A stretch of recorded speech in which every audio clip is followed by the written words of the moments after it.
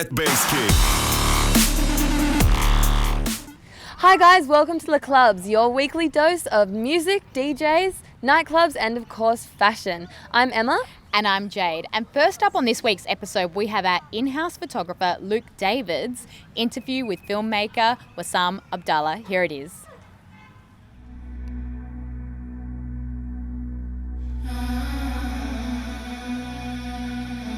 I've seen the world, done it all, had my cake now.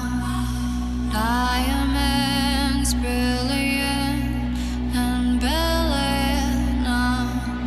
Hot summer nights, mid-July, when you and I were forever wild. Hey guys, I'm here with Wissam. Now, Wissam does a lot of the video. He does after movies. I want to ask you, how did you get involved with doing this?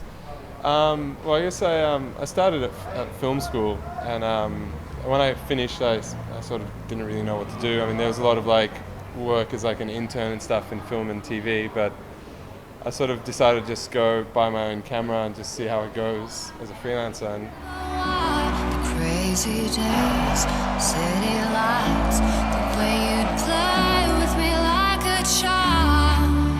I actually got a free gig at World Square Pub, which is a horrible club at the time, but just learned a lot from that first gig, and then from there just progressed, started getting paid, and eventually made a big move over to Europe, and I got to film now. I've filmed the biggest music festivals in the world, including Tomorrowland and stuff. So.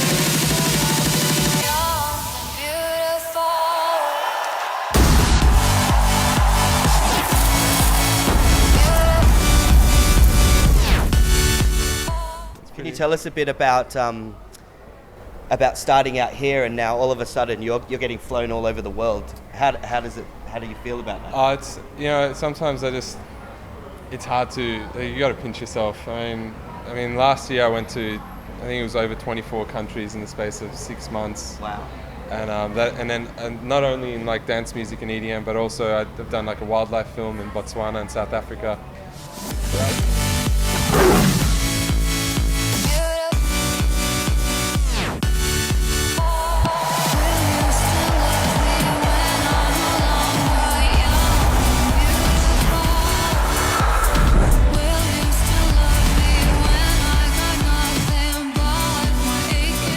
What's coming up as well is really exciting. So I haven't really slowed down. I've got in a few days a music video in Miami for Gareth Emery, who is one of my favorite DJs. And then after that, shooting Ultra Music Festival Miami with the Final Kid crew.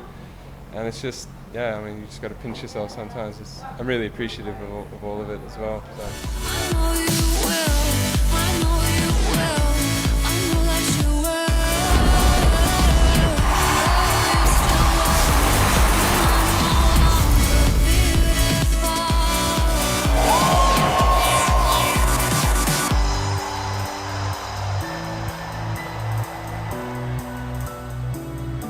I've seen the world, lit it up as my stage now.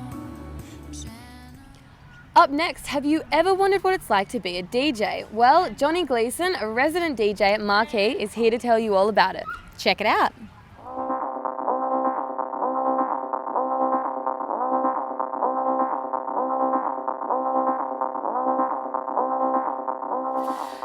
What makes a good DJ?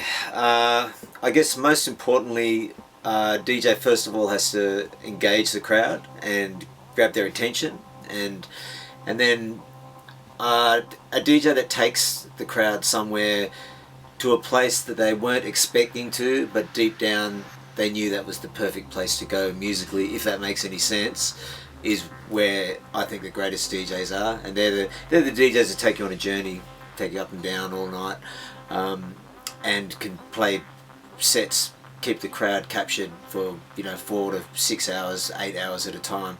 Now, of course, now the whole scene's changed a lot, and there's more performance involved with DJs now. So there's DJs using props and fireworks and graphics and what have you to create more of a show. So I think that's an important aspect as well as the modern interpretation of what a good DJ is. However, the original interpretation of what a good DJ is should never be lost. I think that's probably the most important.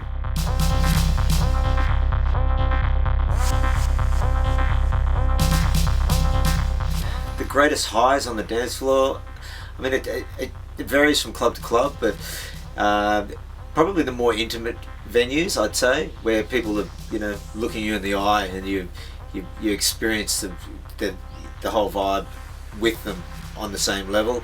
You can kind of be quite detached when you're playing at a festival, because you're so far away from the crowd. It's a buzz to be playing on such a huge arena in bigger clubs. However, I think the more precious and purer moments happen when you're on the same eye level as the people in a club, in a small venue where everyone's really going for it.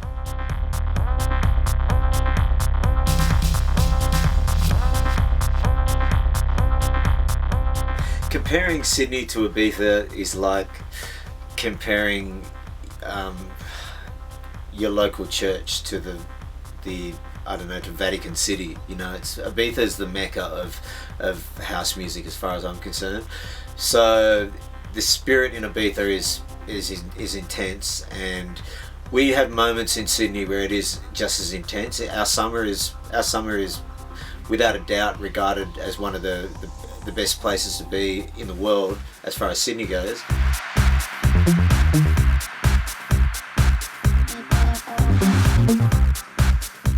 The electronic music scene is very cyclical, so we're seeing a lot more early 90s influence coming back into the music, and my prediction for the next couple of years is the music's going to get more and more houseier, less electronic. The whole EDM explosion in the States is going to splinter off into some interesting new genres. That over there, that's the most interesting area, I think, in the dance industry today, is what's going to happen in the States over the next 5 years with music. Europe has always been strong and has always been the centre of house music, and as I said, we'll just have to wait and see what new genres come out of this whole explosion of club culture and music.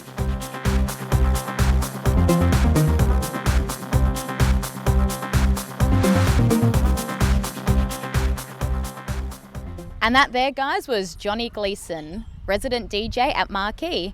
We're taking a short break, but stick around, because up next, Emma here has the Fashion Files. Stay tuned.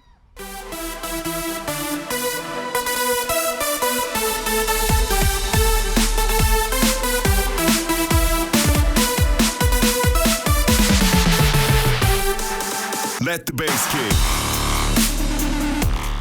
Now we have DJ on Fire. This week we've actually spoken exclusively to hardstyle artist DJ Hard Kitty. Check it out, guys.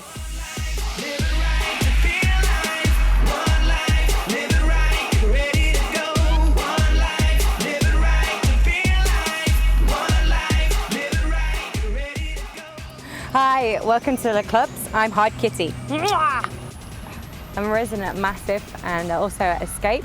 So there are two hard dance, hard trance and hard style events based in city centre.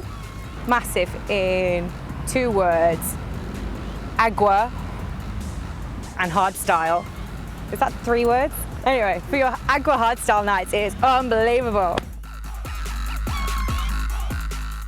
My favourite event to play at is Samsara Bush Stuff in Melbourne. It's absolutely crazy. It's basically a load of hippies, a load of trees, and they're all playing psytrance and going crazy. I normally play hard trance though, so I'm the only artist there playing hard trance, and it's absolutely unbelievable. I'm going to be playing on the Frantic boat party, so it means I get to play in Frantic in 2 different cities. It's an unbelievable experience, and it's actually a massive honour to be able to play over in Sydney in a totally different continent.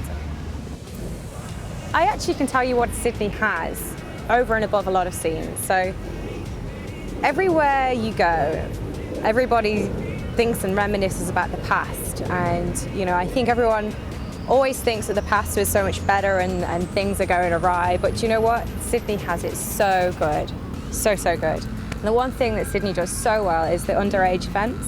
What's happening is you're getting a vast amount of people who aren't yet quite ready to get into clubs, but they're sort of getting prepped and ready, and everywhere should do them. And I think that's going to be one of the reasons why the dance scene, especially the hard dance scene, the hardstyle scene, is going to be so persistent in Sydney for such a long time. Okay, so my top 3, maybe 5, 3 tips for new DJs. Okay, so number 1 is look after your hearing. Okay, you're never going to get a new set of ears again, so buy yourself some earplugs and wear them when you're at a club. I actually know so many DJs that are now missing a massive amount of pitch frequency. Number 2 is turn up on time. At best, make sure you're there at least an hour before, because you need to know what the DJ before you has played. Number 3, don't get absolutely spannered, ever. It is the worst thing ever. So I'll tell you a funny story. I once went to see a DJ in the UK who shall remain nameless, and he was so battered that he played the same song 3 times and then put the CD in upside down and then was like, why is it not playing? Anyway, my top 3 hits. Thanks for watching the Clubz. I'm Hard Kitty, and have an awesome week.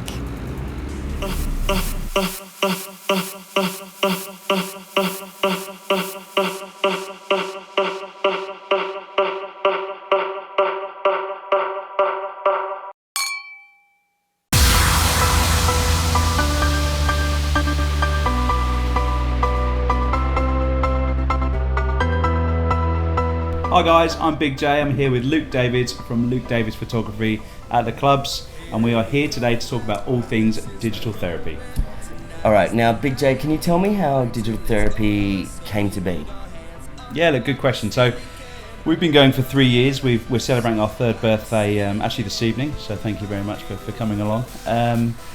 We kind of started out through, I guess, a group of like-minded people that we all enjoyed the music, all enjoyed DJing, all enjoyed going out. But we just thought there was something missing in that kind of club scene, that environment where it was almost like a big house party. So we put it together, and 3 years on, we're still going well. Now, can you also tell me how digital therapy got its name? Where did the name come from? Did you have any other names? Finding names is always, I guess it's like putting a track together or something like that. But we sat for a long time and went through just different ideas.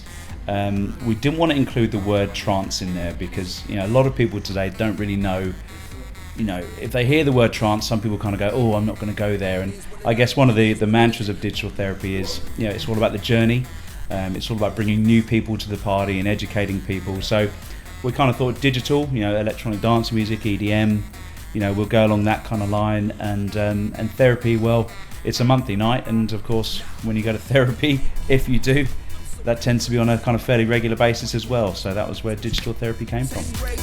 Y'all can't stop me. Go hard like I got 808 in my heartbeat. And I'm even get the beat like you get the little speed to a great white shark on shark with raw. Tell me I'm up, but gone. Deuces goodbye. I got a word to see, and my girls still wanna see wrong. See some make you a believer. Nah, I never ever did it for a throne. That validation cause you're giving it back to the people. Nah, sing a song and it goes like back. This is the moment. Tonight is the night. Now, for anyone who doesn't know about digital therapy is sort of the club that you can go to alone and still feel like you're part of a big group. There's no little groups of people, it's just one big group of friends. When you originally started digital therapy, did you think it would ever just explode the way it has? Absolutely not.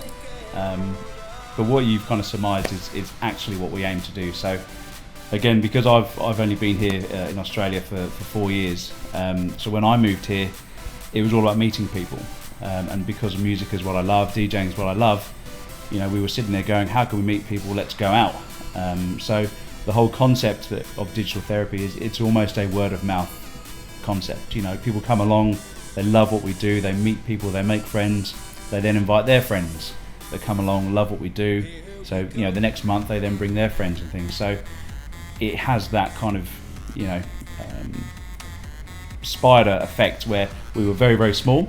I mean, literally we were starting off with like 50 people.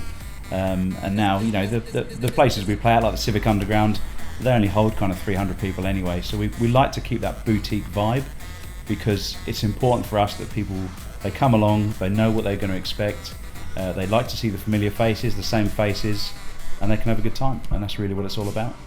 Now, I remember going to digital therapy when you guys were in a warehouse. Yep. And it was just sort of like a group of friends playing music for the rest of the group of friends who enjoyed the music.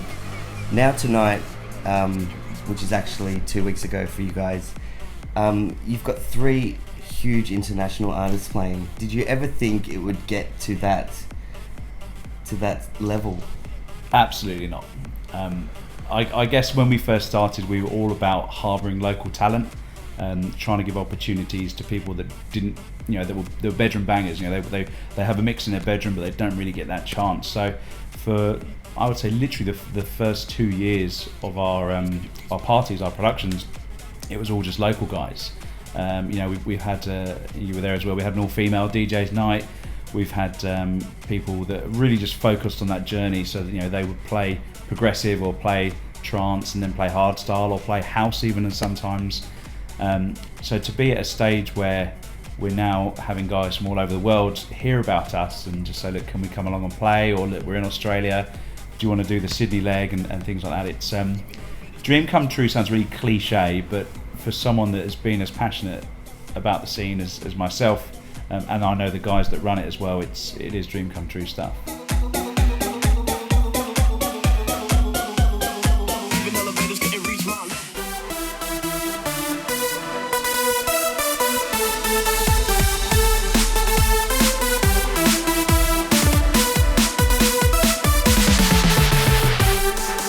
Let the bass kick. Hi guys, welcome back. Now, the Clubz reporter Jessie and I attended a VIP opening of a brand new nightclub called Casablanca in Double Bay last weekend. We checked out all the latest fashion, we had interviews with the hottest people in Sydney. Check it out, guys.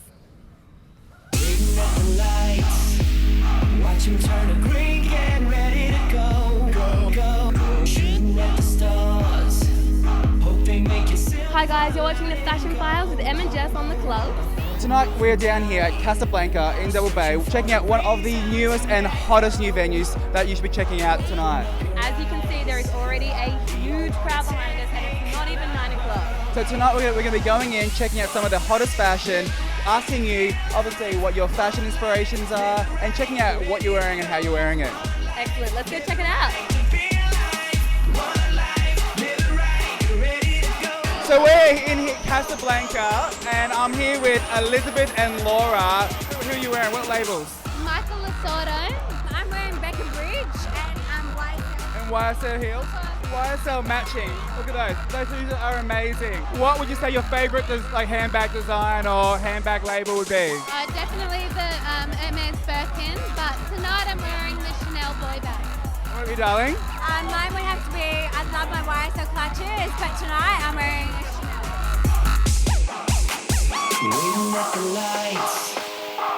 How are you guys tonight? Very good. Happy to be here. Tell us a little bit about what you're wearing, you especially. Alexander McQueen, YSL shoes.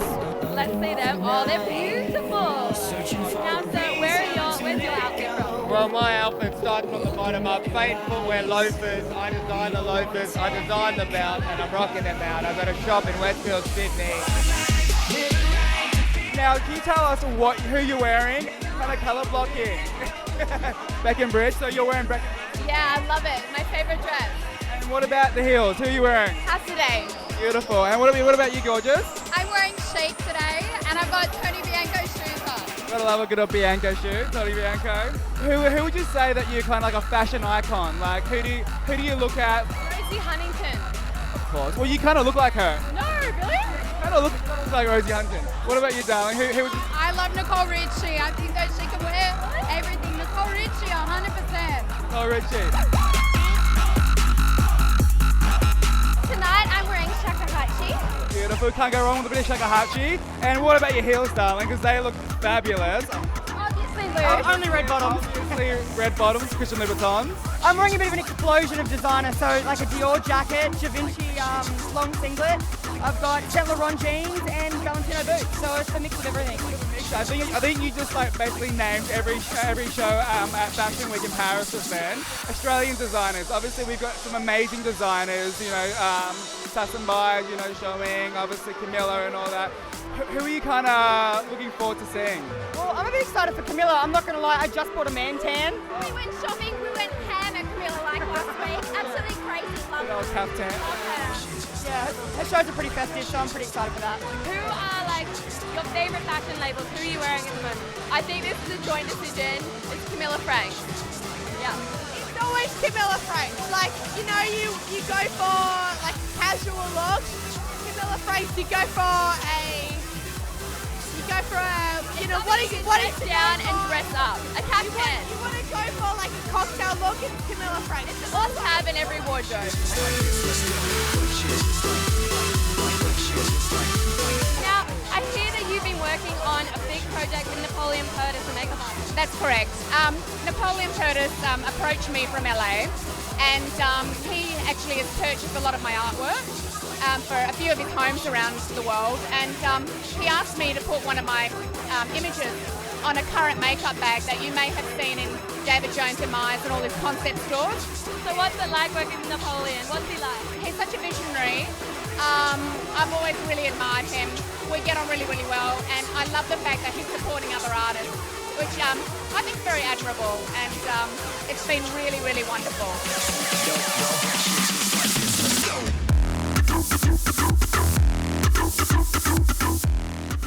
And that there was the Fashion Files with Emma and Jessie. Up next, our in-house photographer, Luke Davids, is back once again. He's going to tell you all about the Frantic Emotion boat cruise. Here it is.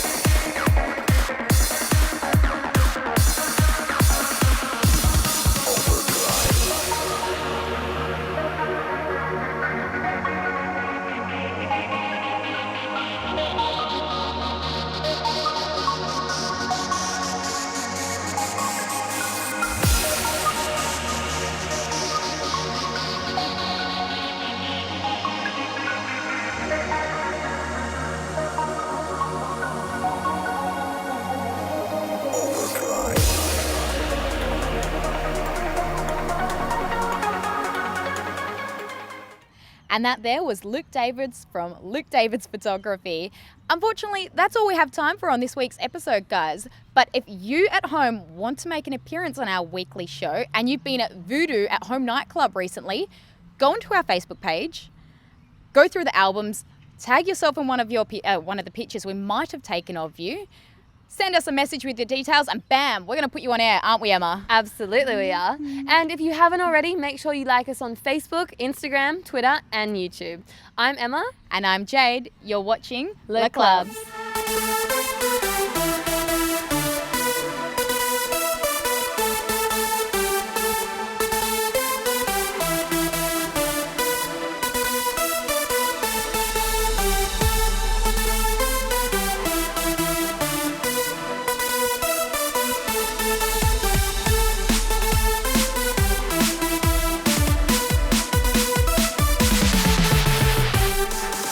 Let the bass kick.